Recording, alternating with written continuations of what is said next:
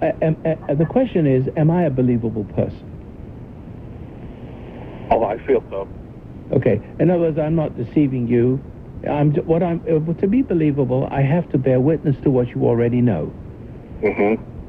So you know that anger is your Achilles heel. Do you see that? Yeah. All right. Since you know that, but you don't have any power over it, that's also true, is it not? Yeah.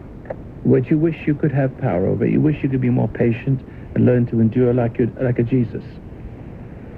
Yeah. Well, when I try to be patient, I just bottle it up. I know, but that's not patience. Yeah. You're just reacting with anger, and you're managing your anger internally. That's dangerous.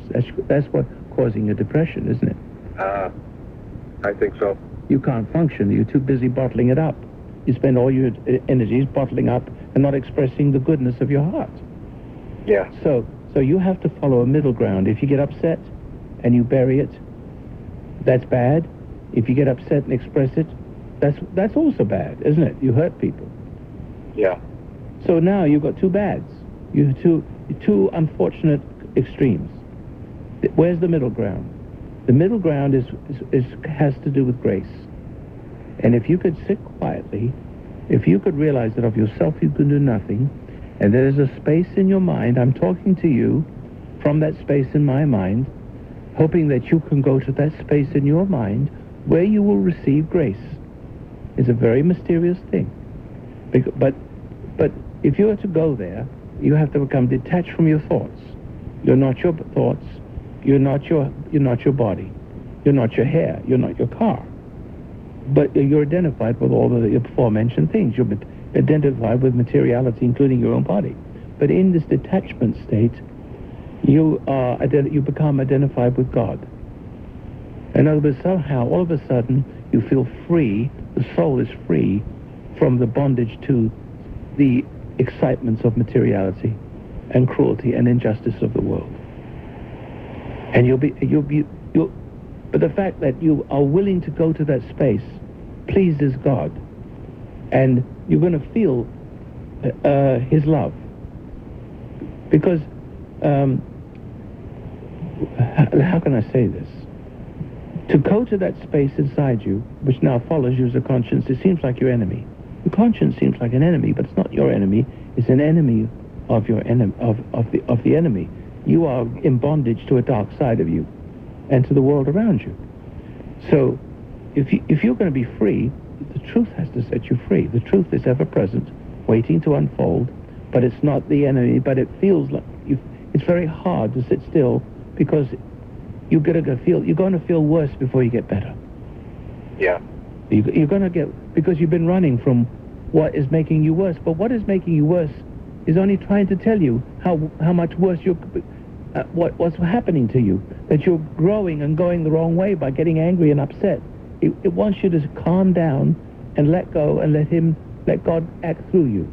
But as long as you're reacting to the world, He can't act through you. Don't you see that? Yeah. In other words, once you receive grace, you have no more choice to do anything wrong. So when temptation comes along, you will discover that even though you have the impulse to be angry, suddenly the anger goes away.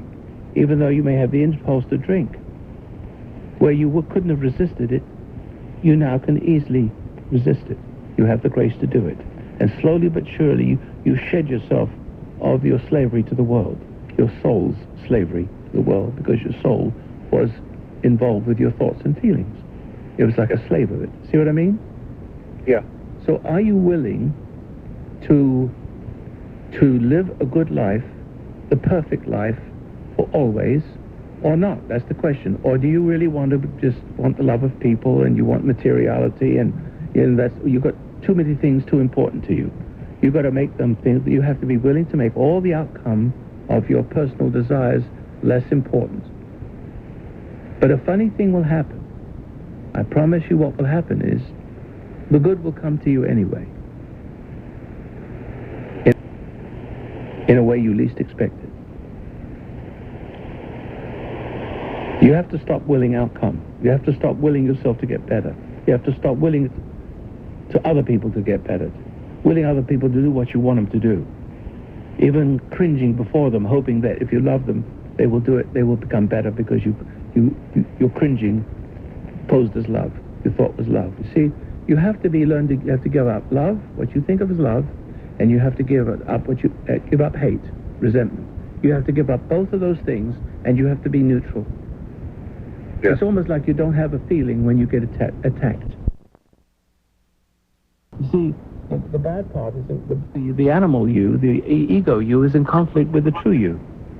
But if you're true to yourself, you won't have any conflict. If you're at peace with yourself, you'll always be at war with the world, because the world can't have their way with you anymore, because you stand as a shining light to the world. They have no tolerance for you. So you'll always have troubles, and you'll always have confrontations, always.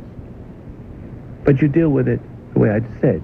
You learn not to deal with imperfect people perfectly, which is patient endurance. You don't sit and judge them. You don't get angry with them. You may get hurt, but you don't resent the hurt.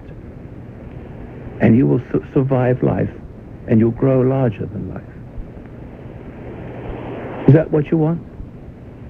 Yes, I do. So, well, then exactly what I want. When you meditate, it won't be me that you have subservience to, because you'll see I want you to listen to the CD before you go through the exercise. You know, it's like, if you don't get any benefit if you just read about exercise, you have to do the exercise. Yeah. So I wasn't sure which CD to get. It's the CD free on the web. Okay. It's called Be Still and Know.